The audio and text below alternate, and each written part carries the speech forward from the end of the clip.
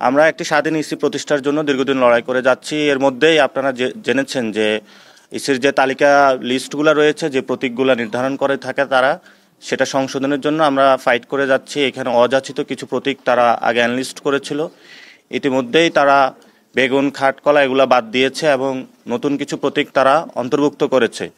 সেখানে আমরা একটা প্রতীক দেখতে পেয়েছি, শাপলা কলি নামে একটা প্রতীক রয়েছে। আমরা আজকে আমাদের পছন্দের তালিকায় প্রথমে রেখেছি শাপলা, দ্বিতীয়ত রেখেছি হলো সাদা শাপলা, তৃতীয় রেখেছি হলো শাপলা কলি।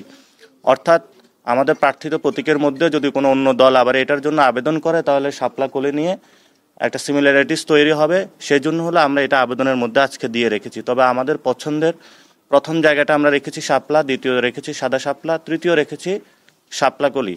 এবং নির্বাচন কমিশন হলো খুব ধীরগতিতে তারা চলাফেরা করছে।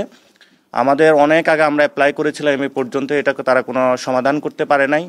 তো আমরা তাদের কাছে আহ্বান জানিয়েছিলাম দ্রুত গতিতে এই বিষয়ে সমাধান করে। আমরা ইলেকশনের ডামাডোল অলরেডি বাংলাদেশে শুরু হয়েছে, আমরা ইলেকশনের ফেজের মধ্যে যেতে চাই এবং ফেব্রুয়ারি ইলেকশনটা যাতে সুন্দরভাবে বাস্তবায়ন হয় আমরা অংশগ্রহণ করতে চাই। সেই জায়গাতে জাতীয় যে স্বার্থ রয়েছে, ওভারঅল রাজনীতির যে পরিস্থিতি রয়েছে দেশবাসীর মধ্যে, আমরা শাপলা কলি নিয়েও কিছু পজিটিভ সাড়া পেয়েছি এবং এটা শাপলায় ছিল, শাপলার চেয়ে আরও এক ধাপ এগিয়ে হলো শাপলা কলিও এসেছে, অর্থাৎ শাপলাও আছে কলিও আছে। তো সেই জায়গাতে নির্বাচন কমিশন আমরা যতটুকু চিন্তা করেছি তারা এক ধাপ একটু বেড়ে চিন্তা করে সেখানে কলি, শাপলা এবং কলি অন্তর্ভুক্তি করেছে।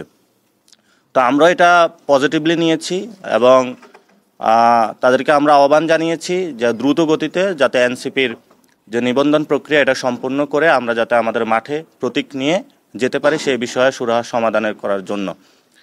এবং আগামীতে ইনশাল্লাহ ধানের শীষ এবং শাপলাকলির হাড্ডাহাড্ডি লড়াই হবে সেটা।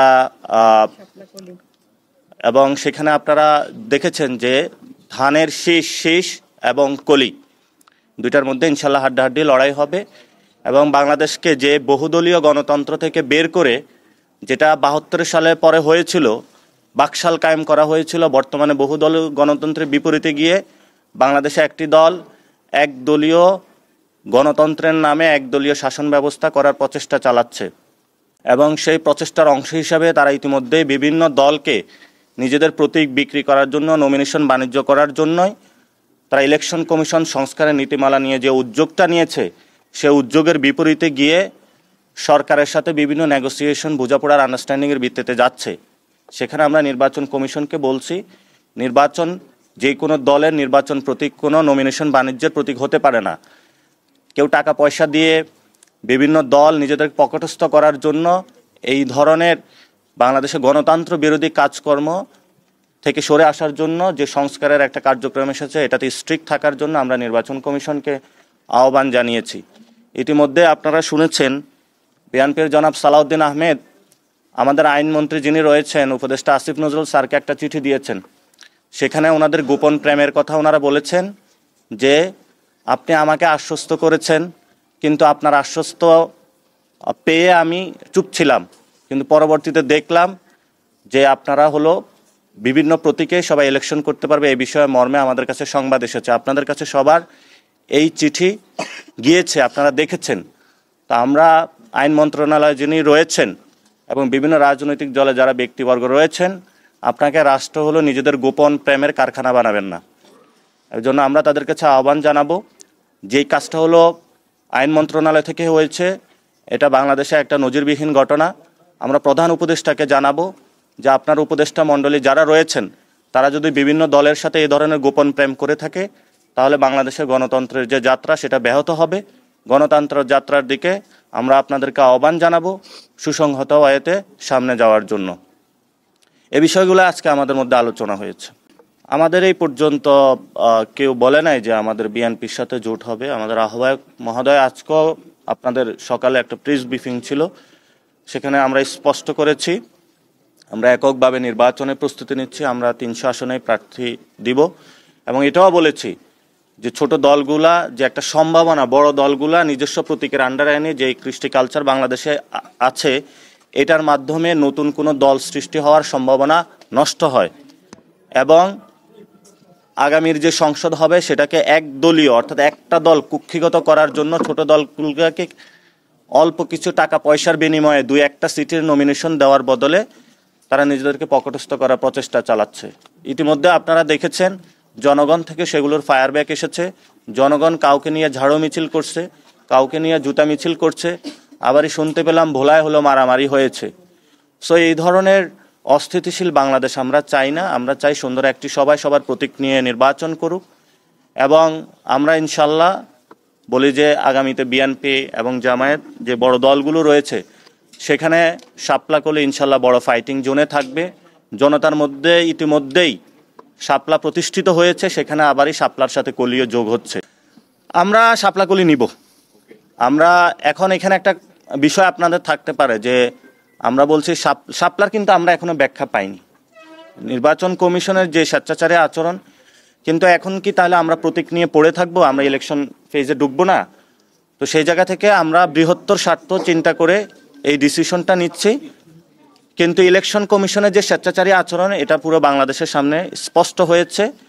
আমরা ইনশাল্লাহ শাপলাকলি নিচ্ছি পুরো বাংলাদেশের।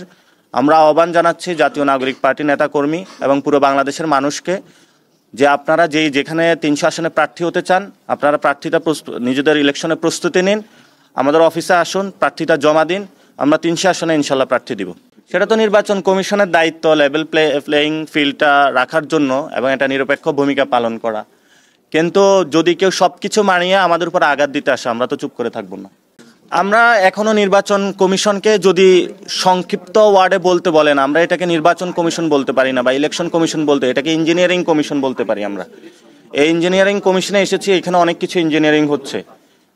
সো ইঞ্জিনিয়ারিং কমিশনের জায়গা থেকে আমরা আমাদের ফাইটটা করে যাচ্ছি, এবং সেই ফাইটিংয়ের জায়গায় আমরা শাপলাকলি অ্যাপ্লাই করেছি। বাট এখানে আমরা বলে যাচ্ছি যে ইলেকশন কমিশন যথেষ্ট স্বেচ্ছাচারী আচরণ করছে এবং ভবিষ্যতেও বাংলাদেশের মানুষের সাথে করবে। আমরা সেই জায়গায় ফাইটগুলো জারি রাখবে, শুধু এই প্রতীক প্রশ্নে না, তাদের অনেকগুলো বিষয় নিয়ে আমরা আমাদের ফাইটটা আরও বড় আকারে ধারণ করবো ইনশাল্লাহ। আমরা তো বলছি যে 300 আসনেই মানে আমরা ইলেকশন করব। এবং আজকে সকালবেলা আমি এক রেস্টুরেন্টে খেতে গিয়েছিলাম, সেখানে হলো তার কাছে 25 লাখ টাকা চাঁদা চেয়েছে একটি নির্দিষ্ট দলের। ফলত আমাদের নৈতিকতার জায়গার ভিত্তি থেকে যদি কেউ সংস্কারের বিরোধী হয়, সংস্কারে যদি তারা আসে সেখানে আমরা ভেবে দেখতে পারবো। এটা হলো একটি বিষয়। আর বাংলাদেশে তো ধর্মীয় ফেসিবাদ কায়েম হয়েছে, সোশ্যাল ওয়েতে আপনারা মসজিদগুলো দখল করা চলছে, এবং জামায়াত ইসলামীর যে ধর্মীয় ফেসিবাদ, এই ফেসিবাদের তো আমরা সঙ্গী হতে পারবো না। আবার বিএনপির যে চাঁদাবাজি সন্ত্রাস, এটারও সঙ্গী হতে পারবো না। ফলত আমরা চাই দুইটি দলে আগামীর পার্লামেন্টে আমরা সংসদ করি, সবাই থাকি, সেখানে সন্ত্রাস, চাঁদাবাজি, দুর্নীতি এগুলো না থাকুক, ধর্মীয় ফেসিবাদও না থাকুক, একটি সুন্দর বাংলাদেশ আমরা প্রত্যাশা করি। সেই প্রসেস বা জায়গাটা নিয়ে আমরা কাজ করছি। আমরা আপাতত এখনো জোটের কোনো চিন্তা করি না, তবে আমরা বলেছিলাম যদি বিএনপি সন্ত্রাস, চাঁদাবাজি, দুর্নীতি এগুলো ছেড়ে আসে এবং সংস্কারে তারা পক্ষে থাকে, সেটাও আমরা ভেবে দেখবো। আবার যদি জামাত ধর্মীয় ফেসিবাদ এবং ধর্মীয় যে বিভাজনের সৃষ্টি রাজনীতি বাংলাদেশে করতেছে, সে জায়গা থেকে সরে আসে, সেটাও আমরা ভেবে দেখব। তবে আমাদের প্রাইম কনসার্নের জায়গাটা হলো চাঁদাবাজি, সন্ত্রাস এবং দুর্নীতি, বাংলাদেশে যে ধরনের গডফাদারদের রাজনীতি, এটির বিরুদ্ধে আমরা দাঁড়াতে চাই। তো বিএনপি যদি এখানে সরে আসতে পারে তাহলে সেখানে ইনশাল্লাহ কথা হতে পারে, আর যদি সরে না আসে তাহলে তো আমাদের কিছু করার নাই। এটা এখন বল বিএনপির কোর্টে, বিএনপিকে ভালো হবে নাকি হবে না। লেভেল প্লেয়িং ফিল্ড তো এটা নিয়ে অনেক দলে আপত্তি জানিয়েছে, এটা ফুল আমাদের কাছে মনে হচ্ছে না। আর ইসির হাতে এখনো ক্ষমতাটা আসে নাই, মূলত আপনি ফুল এখনো ইসিকে বলতে পারবেন না। এবং বর্তমানে তো সরকারের কাছে যে বা জননিরাপত্তার জায়গা তো স্বরাষ্ট্র উপদেষ্টাই দেখছেন, তো সেই জায়গায় বাংলাদেশের নিরাপত্তা কিন্তু খুব নাজুক পরিস্থিতিতে রয়েছে।